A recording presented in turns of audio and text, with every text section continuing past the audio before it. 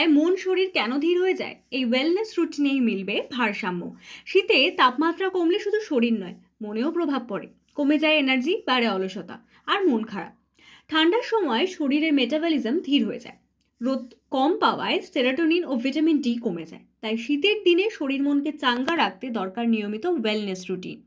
দিনের শুরুতে হালকা স্ট্রেচিং, যোগ ও শ্বাসব্যায়াম রক্ত সঞ্চালন বাড়ায় আর মন সতেজ রাখে। সকালে 10 থেকে 15 মিনিট সূর্যের আলো ভিটামিন ডি বাড়িয়ে মুড ভালো রাখতে সাহায্য করে। সারাদিন তুলসী, আদা, দারুচিনি, লেবু বা মধু মেশানো হার্বাল ডিটক্স চা শরীর উষ্ণ ও সক্রিয় রাখে। শাওয়ারের পর ময়শ্চারাইজার বা বডি অয়েল ত্বককে রুক্ষ হওয়ার হাত থেকেও বাঁচায়। এছাড়া ল্যাভেন্ডার বা ইউক্যালিপটাস অয়েলের অ্যারোমা থেরাপি স্ট্রেস কমিয়ে ভালো ঘুম করে।